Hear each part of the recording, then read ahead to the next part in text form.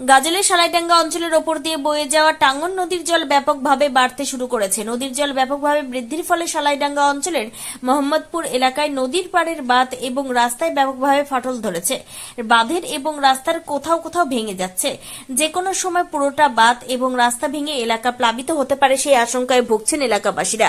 এই বাঁধ ভেঙে গেলে সালাইডাঙ্গা অঞ্চলের 8 থেকে 10টি গ্রাম প্লাবিত হবে এবং প্রচুর কৃষকদের জমির মাঠ ভেসে ফসল নষ্ট হয়ে যাবে। প্রচুর প্রাথমিক বিদ্যালয় ডুবে যাবে। এলাকাবাসী অঞ্চল এবং ব্লকে জানিয়েছেন এখনো পর্যন্ত কোনো কাজের কাজ কিছুই হয়নি। বাধ্য হয়ে গ্রামবাসী ও স্থানীয় লোকজন নিজেরাই উদ্যোগ নিয়ে বাঁধ এবং রাস্তা মেরামতের কাজ করছেন। তারা নিজেরাই বালি ও মাটি কেটে বস্তায় ভরে বাঁধে দিচ্ছেন। যে কোনো সময় বাঁধ এবং রাস্তা ভেঙে যেতে পারে, সেই চিন্তায় এলাকাবাসীদের রাতের ঘুম কেড়ে নিয়েছে। এই টাঙ্গন নদীর বাঁধ এবং রাস্তা দিয়ে প্রায় 8 থেকে 10টি গ্রামের লোকজন যাতায়াত করে থাকেন।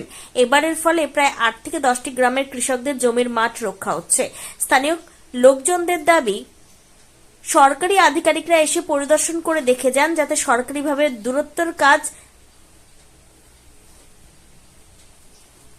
এই বাঁধের ফলে প্রায় 8 থেকে 10টি গ্রামের কৃষকদের জমির মাঠ রক্ষা হচ্ছে। স্থানীয় লোকজনদের দাবি, সরকারি আধিকারিকরা এসে পরিদর্শন করে দেখে যান, যাতে সরকারিভাবে দ্রুত কাজ হয় সেই এই জায়গাটা কোথায়?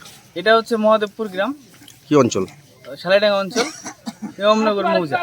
এই দেখতে পাচ্ছেন এই যে এখানে যে এরকম ভেঙে গেছে, আমরা অনেকদিন আগে থেকে আমরা জানাচ্ছি। হ্যাঁ, কোনো রকম কোনো কিছুতে কিছু হয় না। আজকে আমরা দেখছি যে আমাদের তো এখানে মোটামুটি 8টা 10টা গ্রাম, অনেকগুলোই মানে গ্রাম আর কি, তো সব তো একদম ভেসে চলে যাবে।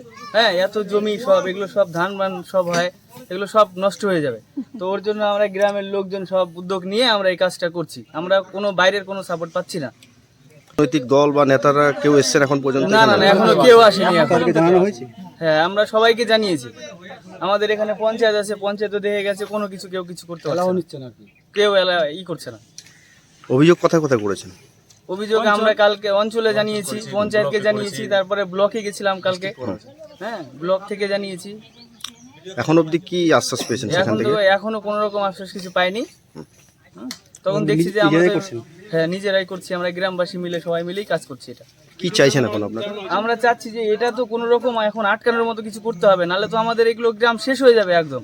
এই যে রাস্তাঘাট যা আছে সব ছিন্ন বিচ্ছিন্ন হয়ে যাবে। এই যে এখানে ট্রান্সমিটার আছে, 2টো ট্রান্সমিটার আমাদের এই দুদিককার গ্রামের আর কি, সমস্ত এগুলো সব শেষ হয়ে যাবে। লাইন যোগাযোগ বিচ্ছিন্ন সব সব শেষ হয়ে যাবে। আচ্ছা, আপনার নাম? আমার নাম সঞ্জয় মণ্ডল, বাড়ি এইখানে মহাদেবপুর।